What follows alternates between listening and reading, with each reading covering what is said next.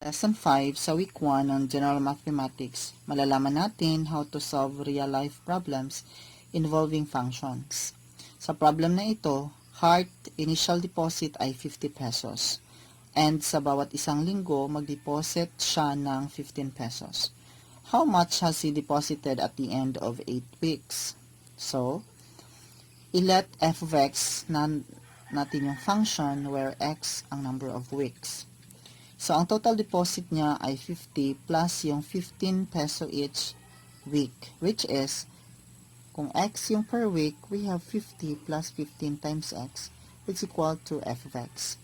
Thus, f of x equals to 15x plus 50. And sa f of 8, that is equal to 15 times 8 plus 50, which is equal to 170. Sa example na ito, sa pagsakay ng taxi, may 25 peso initial fee. And every 500 meters, which is half of the kilometer, is 1 peso. So let f of x be the function. Ang x, yun yung distance traveled bawat 500 meters or half kilometer. That is, f of x equals to x plus 25, where x is in half kilometer. Sa letter B, ang 25 kilometer ay 50 na half kilometer. So, to f of 50, which is equal to 50 plus 25, which is equal to 75. And sa 38 kilometer ay is equal to 38 times 2, which is 76 half kilometer. So, f of 76 half kilometer, which is equal to 76 plus 25, is 101 pesos. Sa last example, ito yung palatandaan pag age problem. Una, tingnan natin ang time frame. Sa table only, time frame lang. Pag forward, time plus. Pag backward, means minus. From present, Xenon is x and nephew is y. Since 2 years ago, it is x minus 2 kasi past, and y minus 2. Since 5 years in the future, it is x plus 5 kasi plus, and y plus 5. Ang puting underlines ang remaining statements for our equation. So we have to translate these sentences to mathematical equation.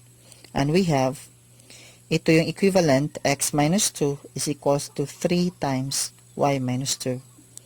And yung isa, x plus 5 is equal to 2 times y plus 5. I-solve natin ang x both sides. We have x equals to 3y minus 4 and x equals to 2y plus 5. Equating both x by comparison method, we have 3y minus 4 equals 2y plus 5. Solving for y, we've got y equals 9. Solving for x, we have x equals 2 times 9 plus 5, which is 23. In another solution, pwede rin nating gawing equation ang isang sentence, while ang isa ay sa definition sa table.